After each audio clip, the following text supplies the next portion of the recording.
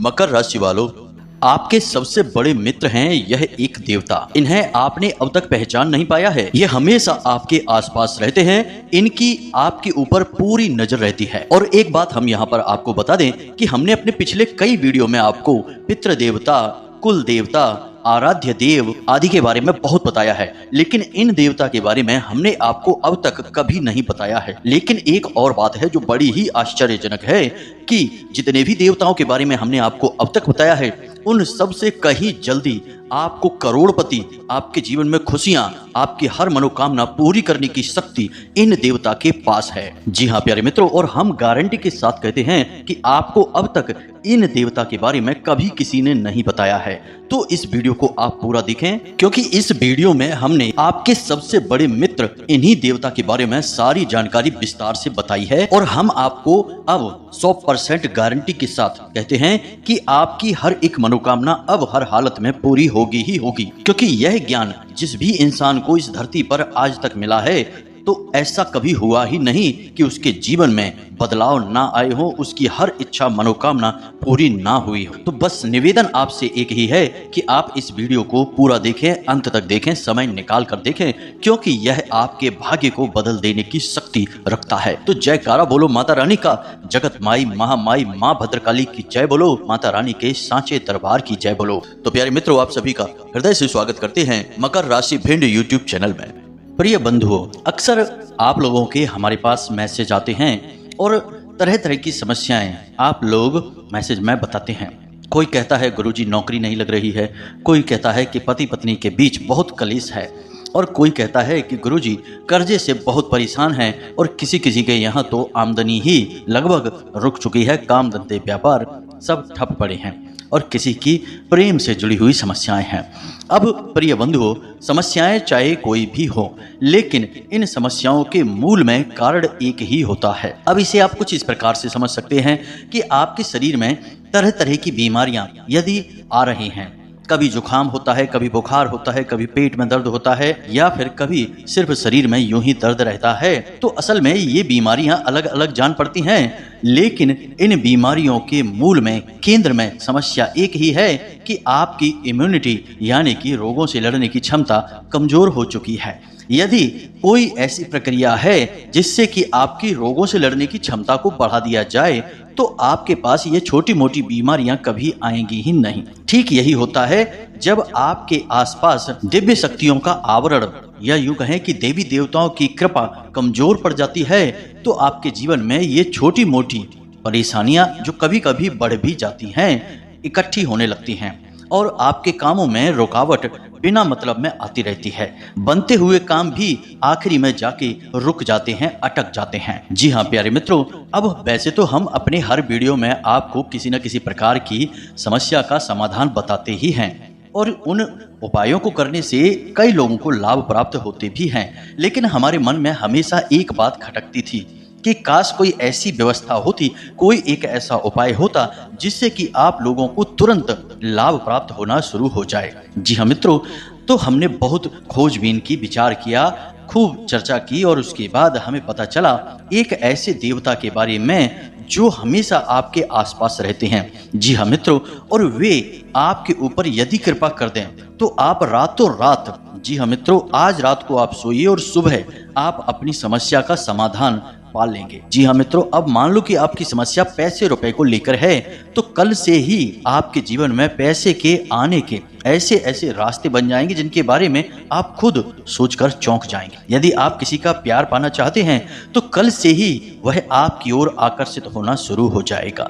ऐसे अजीबोगरीब और विचित्र सी घटनाएं आपके जीवन में होने लगेंगी जिनके बारे में आप सोचा तो करते थे कि काश यह आपके जीवन में हो जाए, लेकिन कभी हुआ नहीं, कभी वे सुख आपको मिले नहीं। वे सुख आपके जीवन में अचानक आने लग जाएंगे। बस इन देवता की कृपा आपको चाहिए। तो कहने का मतलब यह हुआ कि ये देवता जो हैं वे आपके सबसे बड़े हितैषी देवता हुए, सबसे बड़े मित्र देव हुए। वैसे तो सभी देवी देवता आपके मित्र हैं ही, उन्हें छोड़ना नहीं है। जब हम आपको इन देवता के बारे में सारी बातें विस्तार से बताएंगे तो हम यह नहीं कह रहे कि आप अन्य देवी देवताओं की पूजा करना छोड़ दो, उनमें आस्था विश्वास रखना छोड़ दो। उनका अपना महत्व है, उनकी अपनी कृपा है, उनमें जो आपकी आस्था है, भाव है, उसे अवश्य बनाकर ही रखना।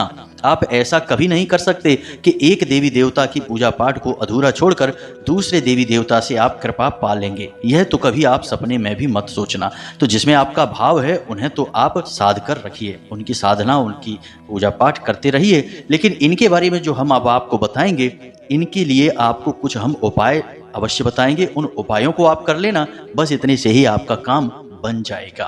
अब एक बात और हम आपसे कहना चाहते हैं प्रिय बंधुओं, कि श्री तुलसीदास जी ने रामायण में लिखा है कि धीरज धर्म मित्र और नारी आपत्काल परखिए चारी। यानी कि सबसे पहले आपके अंदर कितना धीरज है, कितना धैर्य है, इसे आपको परखना होगा। कहने का मतलब यह है कि जब इंसान का वक्त बुरा होता है तो उसका धीरज भी उसका साथ छोड़ देता है। वह धैर्य की जगह अधीर हो जाता है, हर जगह जल्दबाजी करने लगता है। तो वह जब ज्ञान की चर्चा होती है, जीवन को बदलने वाली बातें जहां हो रही होती हैं, वहां भी वह जल्दबाजी करने लगता है और जरूरी बातों को चूक जाता है। तो आपको ऐसा नहीं करना है। आपके बुरे वक्त में, यानी जब आप परेशानी में हैं, उस समय आपको अपने धैर्य की पूरी परीक्षा लेनी होगी, क्योंकि ऐसे वक्त में यही चार तो हैं जो आपको मुसीबत से बाहर निकालेंगे। धीरज, धर्म, मित्र और नारी, यानी कि ये चार ऐसे हैं जो आपके सबसे अच्छे मित्र हैं और आपको हर परेशानी से बाहर निकालने की क्षमता रखते हैं। बस आपको इनके ऊपर पूरा भरोसा रखना होगा और इनके अनुसार चलना होगा। तो बस मित्रों, उम्मीद करते हैं कि आप इस वीडियो को पूरा देखेंगे, अंत तक देखेंगे और अपने जीवन को अपने हाथों से बदल डालेंगे। तो चलिए इस बेहद ज्ञानवर्धक वीडियो की शुरुआत करते हैं। लेकिन इससे पहले हम चाहेंगे कि आप माता रानी को आभार अवश्य व्यक्त करें और कमेंट बॉक्स में एक बार नहीं 3 बार लिखना, जय मां भद्रकाली, कृपा करो। माता रानी की विशेष कृपा और आशीर्वाद आपको प्राप्त होंगे। अगले 24 घंटे में आपको एक बहुत अच्छी खुशखबरी प्राप्त होगी, हमें पूरा विश्वास है। इसी के साथ साथ माता रानी के इस दास का आपसे एक छोटा सा निवेदन और है कि यदि आप इस चैनल पर पहली बार आए हैं तो आप हमारे इस चैनल को सब्सक्राइब करके बगल में जो घंटी का निशान है उसे भी अवश्य दबा दें। इससे आप हमारे इस चैनल परिवार के और माता रानी के दिव्य परिवार के सदस्य बन जाएंगे और आपके जीवन में शुभ घड़ियां अपने आप आकर्षित होने लगेंगी, क्योंकि आपके ऊपर माता रानी की कृपा और आशीर्वाद स्वयं ही आ जाएगा। तो चलिए जल्दी से चैनल को सब्सक्राइब करिए, फिर आगे बढ़ते हैं। प्रिय बंधुओं, इस वीडियो में जो बातें हम आपको बता रहे हैं, उन बातों को आप बिल्कुल भी हल्के में मत लेना, क्योंकि ये बातें कोई गुरु ही अपने शिष्य को जीवन बदलने के उद्देश्य से बता सकता है। ये बातें बहुत ही जरूरी हैं, बारीक हैं और गुप्त हैं। आज के समय में लोगों ने धर्म को धंधा बना लिया है, इसलिए जरूरी बातें, जीवन को बदलने वाली बातें दूसरों को बताने के बदले में धन मांगने लगते हैं, व्यापार कर रहे हैं। लेकिन हम इसे माता रानी की सेवा समझकर करते हैं और आपको सब कुछ माता रानी के आदेश पर उपलब्ध कराते हैं। हमारे जीवन की व्यवस्था तो माता रानी स्वयं ही देख लेती हैं, हमें चिंता करने की कोई आवश्यकता नहीं है। अब यूं ही देखते देखते हमने एक दिन एक कमेंट देखा। एक हमारे बंधु हैं, वे हमसे कह रहे थे कि आप हमारे जीवन को बदलने वाले कौन होते हैं? हम तो अपने भगवान पर भरोसा करते हैं, वही हमारे जीवन को बदलेंगे। तो प्रिय बंधु, आपके लिए एक छोटी सी कहानी है हमारे पास। इसे सुनकर आपको निश्चित ही कुछ सीख अवश्य मिलेगी। तो एक बार की बात है कि एक छोटा बच्चा एक बार पानी में डूबने लगा। किसी वजह से पानी में पहुंचा और वह डूबने लगा। तो जब वह डूबने लगा तो उसके पास किनारे पर ही एक और बच्चा खड़ा हुआ था। तो अचानक डूबते हुए बच्चे के पास एक नाव आ गई। तो उस बच्चे ने कहा, जो किनारे पर खड़ा था, कि जल्दी से उस नाव में बैठ जाओ और अपनी जान बचा लो। तो वह बच्चा बोला कि मुझे किसी नाव की जरूरत नहीं है, मेरी प्राणों की रक्षा तो स्वयं भगवान करेंगे, क्योंकि मेरा उन पर पूरा भरोसा है। तो वह नाव चली गई। इसी प्रकार दूसरी नाव फिर से आई। तो वह किनारे पर खड़ा बच्चा चिल्लाया कि अरे मूर्ख, जल्दी से उस नाव पर बैठ जा, अपनी जान बचा ले। लेकिन उस बच्चे ने फिर से वही बात कही कि मैं भगवान की पूजा करता हूँ, मुझे भगवान पर पूरा भरोसा है, मेरी प्राणों की रक्षा तो भगवान करेंगे, मुझे किसी नाव वाव की आवश्यकता नहीं है।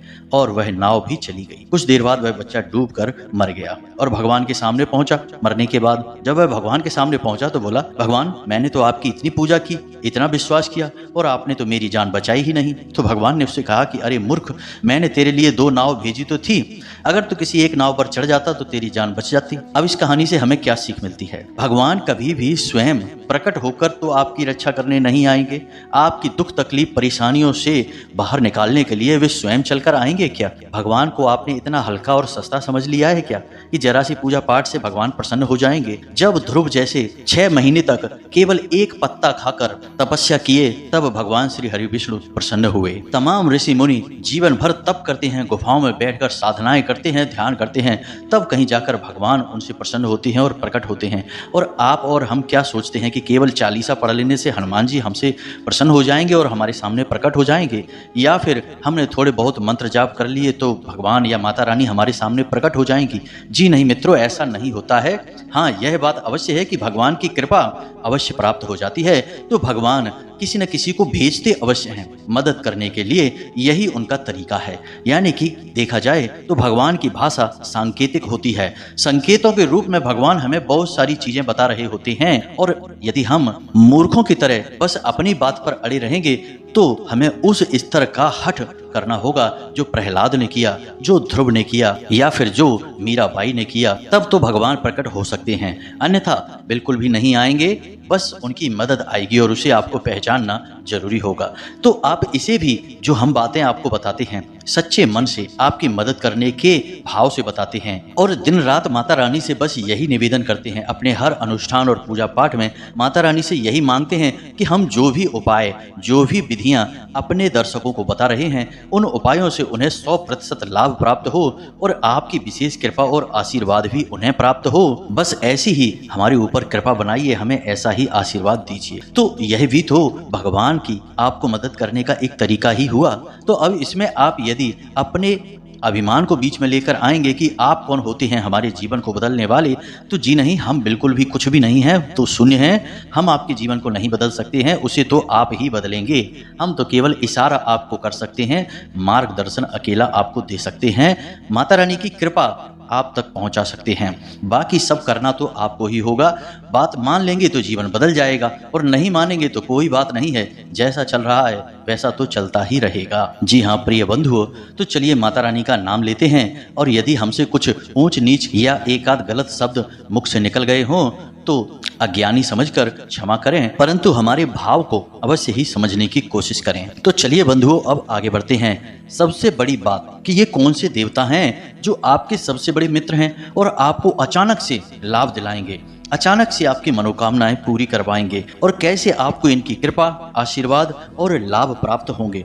तो मित्रों, आपको जानकर थोड़ा सा आश्चर्य अवश्य होगा, लेकिन हम आपको ज्योतिषीय भाषा में बता रहे हैं कि एक कहावत है जो ज्योतिष में बहुत अधिक मशहूर है कि जिसे राहु मारे उसे कोई ना तारे, और जिसे राहु तारे उसे फिर कोई ना मारे।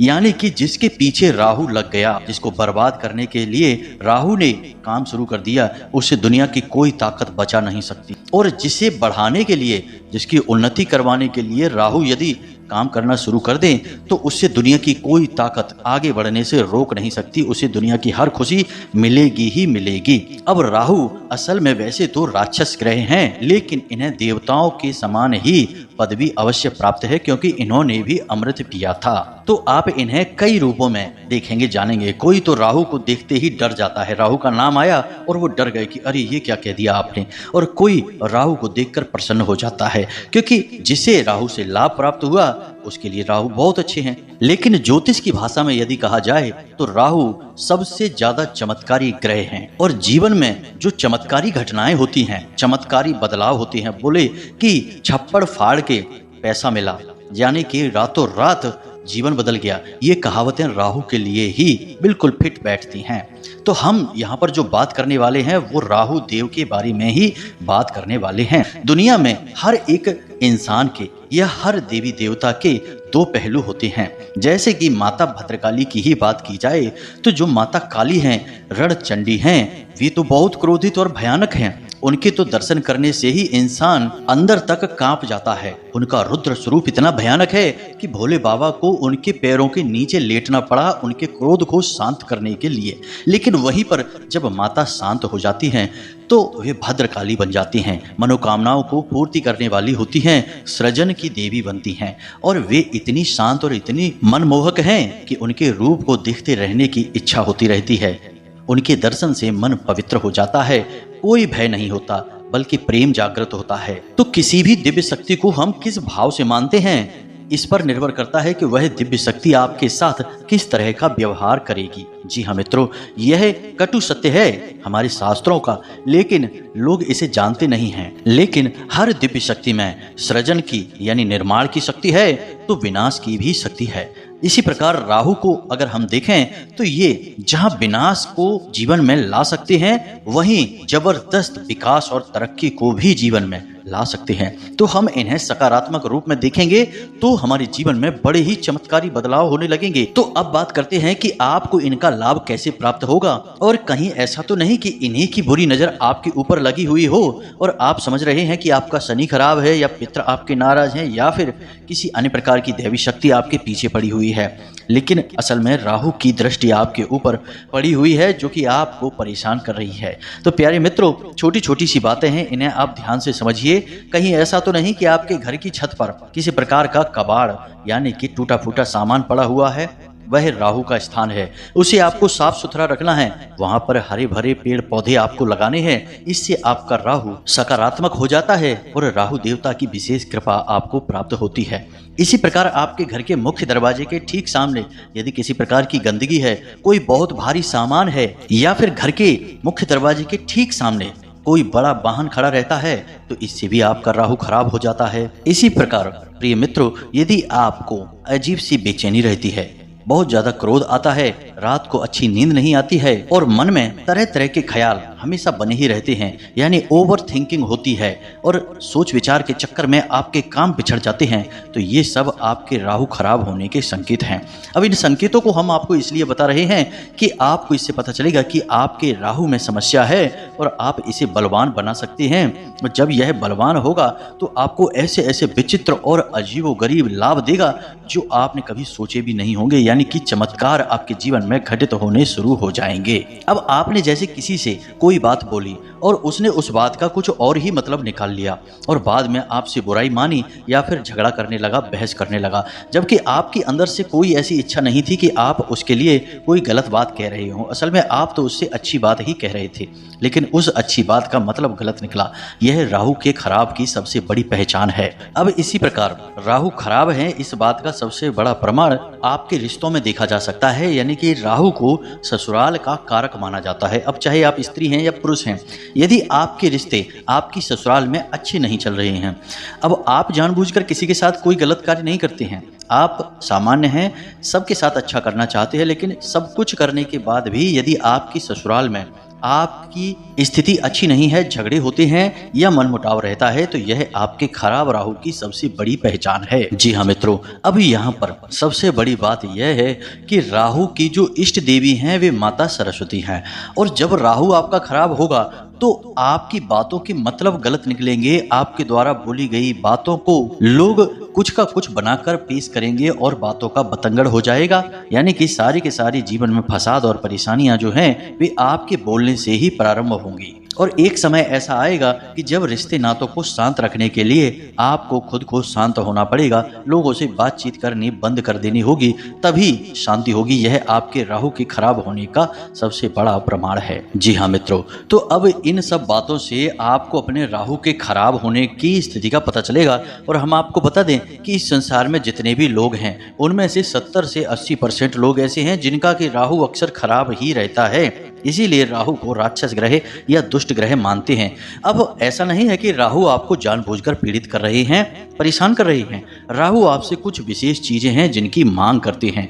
यदि आप उन जरूरतों को पूरी कर देते हैं तो राहु आपके जीवन में खुशियां ही खुशियां भर देते हैं, देव तुल्य आपके लिए कार्य करने लगते हैं। जी हाँ मित्रों, अब वे जरूरी चीजें क्या हैं, इन्हें आप ध्यान से समझिए। सबसे पहला कार्य कि राहु आपसे यह चाहते हैं कि आप अपने घर के बड़े बुजुर्गों का सम्मान करें, उनकी सेवा करें और उनके साथ समय बिताएं। जी हाँ मित्रों, यदि आप यह कार्य करते हैं तो इससे राहु आपके प्रसन्न हो जाते हैं।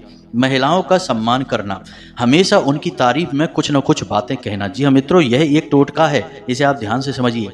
जो भी महिलाएं आपके आसपास हैं, यानी आपकी सहकर्मी हैं या आपके घर में जो आपके रिश्ते वाली हैं, आपकी बहन है, माँ है, आपकी पत्नी है, जो भी है आपके, आप उनकी तारीफ करिए, उनके कार्य के बारे में अच्छी अच्छी बातें बोलिए। कोई सहकर्मी है तो उसके काम की तारीफ करिए, आपकी पत्नी है तो उनकी किसी और बात की तारीफ करिए, उनकी खूबसूरती की तारीफ करिए, या जो भी कुछ है। आप यदि ऐसा करते हैं तो आपका राहु बहुत अधिक प्रसन्न हो जाता है। जी हाँ मित्रों, क्योंकि राहु का संबंध स्त्री से बहुत अधिक होता है, गहराई से यह जुड़ा रहता है। क्योंकि हमने आपसे पहले ही कहा कि राहु की जो अधिष्ठात्री देवी हैं वे माता सरस्वती हैं और राहु माँ दुर्गा के आराधक हैं। तो आप यहीं से समझिए कि देवियों में उनकी कितनी आस्था है। तो यह कार्य आपको अवश्य करना है। अब एक सबसे जरूरी कार्य आपको करना है कि आपके घर का जो दक्षिणी कोना है, जिसे हम कहते हैं कि आपके घर की जो दक्षिणी दिशा है, जिसे हम यम की दिशा भी कहते हैं, उस दिशा में आपको एक खाली गमला रखना है। जी हाँ मित्रों, गमला जिसमें हम पौधे लगाते हैं, वैसा एक गमला आप बाजार से खरीद कर लाइए। प्लास्टिक का गमला नहीं होना चाहिए, सीमेंट का हो, मिट्टी का हो, लेकिन प्लास्टिक का नहीं हो। आप एक ऐसा गमला लाइए और उसे अपने घर की दक्षिणी दीवार के पास रख दीजिए। बस यूं ही खाली गमला, और उसमें कुछ भी आपको रोपित नहीं करना है, मिट्टी नहीं डालनी है, पानी नहीं डालना है, बस यूं ही उसे छोड़ देना है। यह राहु का एक बहुत ही शक्तिशाली उपाय है। ऐसा करने से आपके घर में सबसे पहला संकेत यह आएगा कि किसी भी प्रकार की बीमारी है, आपसी विवाद है घर में, या फिर लोगों के बीच तनाव रहता है, तो वह तुरंत शांत हो जाएगा, आपसी प्रेम बढ़ने लगेगा और घर से बीमारी बाहर निकल जाएगी। अब दूसरा उपाय कि आपको सोमवार के दिन और शनिवार के दिन भगवान भोलेनाथ को जल अर्पित करना है और उस जल में आपको काले तिल अवश्य मिला लेने हैं और थोड़ा सा आपको गुड़ भी मिला लेना है। बस इतना सा आपको करना है। इससे भी आपके राहु आपके लिए सकारात्मक लाभ देना शुरू कर देंगे। अब सबसे बड़ा उपाय, इसे आप ध्यान से सुनिए। हमने आपको लौंग के बारे में तो कई बार पहले भी बताया है। अब हम आपको लौंग से ही जुड़ा राहु का एक बहुत ही शक्तिशाली उपाय बता देते हैं। इसे आपको अवश्य ही करना है। जब भी आप घर से बाहर निकलें तो लौंग का एक जोड़ा तो स्वयं के लिए जेब में रखकर निकलें, और जब भी आप घर में वापस प्रवेश करें तो उस लौंग के जोड़े को पीछे की ओर फेंक कर सीधे घर में प्रवेश कर जाएं। यह तो आपके स्वयं के लिए हो गया। अब आपको करना यह है कि कुछ लौंगें आप अपनी जेब में एक्स्ट्रा में यानी अतिरिक्त रख के निकलें और बाहर आपको मिलने वाले लोगों को आप लौंग दे दें। जी हाँ मित्रों, कोई आपका मित्र है तो आप उसे किसी बहाने से लौंग दे दें। कोई आपका सहकर्मी है, उसे भी आप एक लौंग दे दें। बहाना आप चाहे कुछ भी बना सकते हैं। उससे कह दें कि आपका गला साफ हो जाएगा, जुकाम नहीं होगा, कफ की समस्या नहीं होगी। यानी कि लौंग आपको अपने किसी प्रिय को देनी है, आपके साथी को देनी है, जो आपके नज़दीक है उसे आपको देनी है। बस इतना सा आपको करना है, ज़्यादा नहीं। बस दिन में 1-2 लोगों को आप एक एक लौंग दे दीजिए। इससे राहु आपका मजबूत हो जाएगा। और हफ्ते में एक बार जब आपको समय मिले तो आपको एक छोटी सी पोटली बनानी है काले रंग के कपड़े की, और उस पोटली में आपको काले तिल, लौंग का एक जोड़ा रख देना है और उसे काले धागे से लपेटकर किसी बहते हुए जल में प्रवाहित कर देना है। बस इतना सा कार्य करना है। ये कुछ छोटे छोटे से कार्य हैं जो आपको अवश्य ही कर लेने चाहिए। इनसे राहु देव प्रसन्न हो जाते हैं और आपके जीवन में चमत्कारी घटनाएं घटनी शुरू हो जाएंगी। हम कह चुके हैं आपसे पहले भी कई बार कि जिसको राहु तारे उसे फिर कोई ना मारे।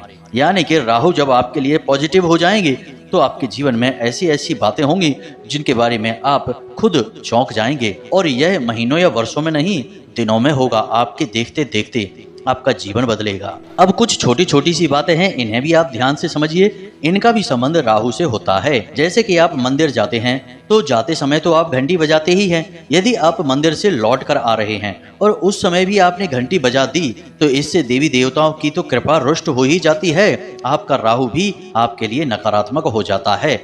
अब याद रखें कि देवी देवताओं से ही राहु देव भी जुड़े हुए हैं, क्योंकि वे देवता से कम नहीं हैं, उन्होंने भी अमृत पिया था। इसी प्रकार यदि आप अपने एक पैर पर दूसरे पैर को रगड़ते हैं, रखकर बैठते हैं, कोई दिक्कत नहीं है, लेकिन यदि आप रगड़ते हैं तो इससे भी राहु नाराज हो जाते हैं और जीवन में गरीबी आती है। ठीक इसी प्रकार जो लोग तेज आवाज में बात करते हैं, एक दूसरे की बुराइयां करते हैं, पीठ के पीछे किसी का मजाक उड़ाते हैं, इससे भी राहु नाराज हो जाते हैं। ठीक इसी प्रकार जो लोग खाना खाते वक्त खाना समाप्त होने के बाद उसी थाली में अपने हाथ जूठे धो देते हैं, इससे भी राहु नाराज होते हैं और धन हानि होती है। इसी प्रकार प्रिय बंधुओं, जो लोग अपने घर में फटे पुराने जूते चप्पलों के ढेर लगा कर रखते हैं, यानी कि ऐसे जूते चप्पल जिनमें अब समस्या आ चुकी है, जो छोटे हो गए हैं या पुराने हैं या फट चुके हैं, उन्हें भी घर में इकट्ठे करके रखा है, प्रयोग में नहीं ले रहे हैं।